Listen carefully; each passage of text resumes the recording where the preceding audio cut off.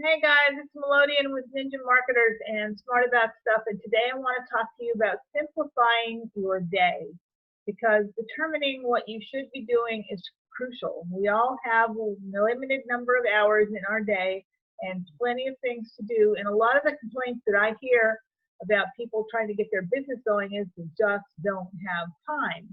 So today I want you to think about what you should and what you shouldn't be doing during your day.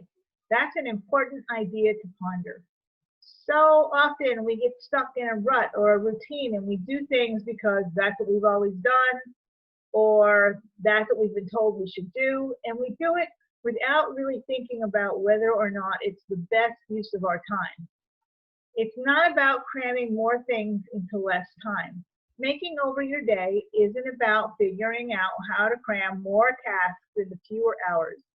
And I know when you read books and articles on productivity and time management, that's often the main message.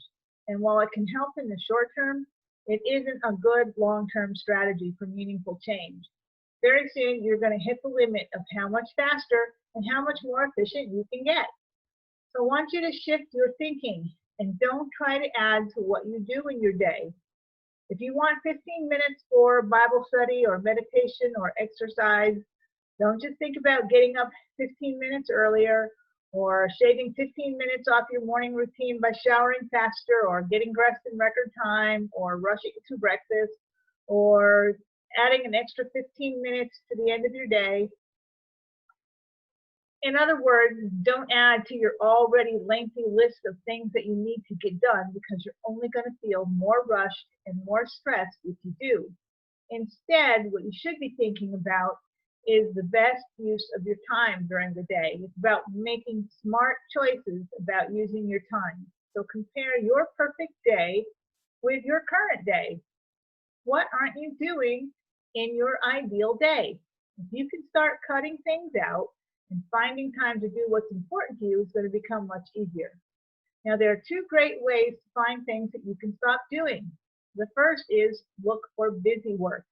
This is something that you do out of habit that doesn't necessarily need doing every day. So maybe it's checking your email first thing in the morning or playing around on Facebook for half an hour while you have your lunch. Now, if that's how you choose to spend your time, that's perfectly fine. But if you're doing it out of habit, it may be time to rethink it. The second way to quickly earn back time is to see if you're doing things for others that they can do for themselves.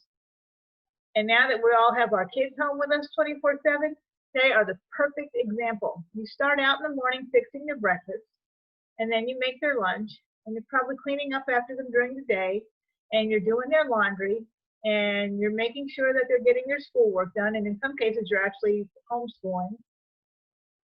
When they're very small, we have to do these things.